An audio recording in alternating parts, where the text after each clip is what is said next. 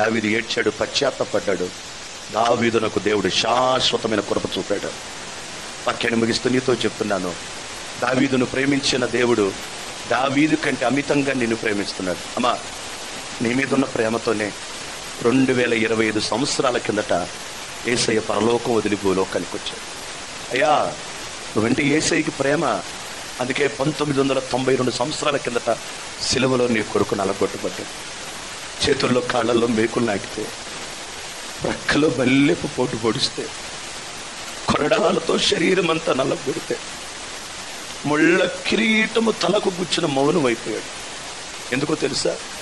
ఈ 2025 ఫిబ్రవరి 25 వచ్చావే నిన్ను వర్ధిల్ల చేయాలని. కేవలం నువ్వు ఆయనకు ఆలయంగా మారాలి, నువ్వు వర్ధిల్లాలని. కొట్టినా, తిట్టినా, గేలి చేసిన, అవమానపరిచిన, మోమ మీద ఊచిన, పిడుగుత్తులు గుద్దిన యేసయ్య మౌనం అయిపోయాడు. సిలువలో నుండి మధ్యాహ్నం నీ వైపు నా వైపు చేతులు చాపుతూ ఒక్క నిమిషం మనందరం మోకాళ్ళే, పెద్ద మోకాళ్ళేసి, మోకాళ్ళే లేనుడు లేచి నిలబడి 2 చేతులు చాపు. నన్ను నీ ఆలయంగా మార్చినైనా, నన్ను నీ ఆలయంగా మార్చినైనా. ఎన్నో ప్రయత్నాలు చేసి ఫెయిల్.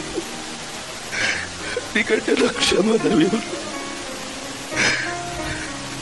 మేమందరూ కూర్చోటానికి ఇది ఆలయమే. మీ ఆలయంగా మా హృదయాలు మరిచినైనా.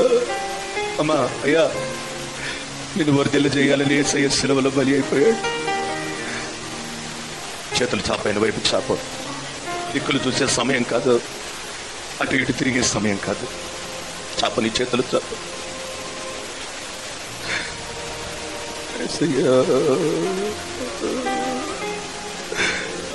నీ ఆలయ గల్లలు మలుచున్నాయినా,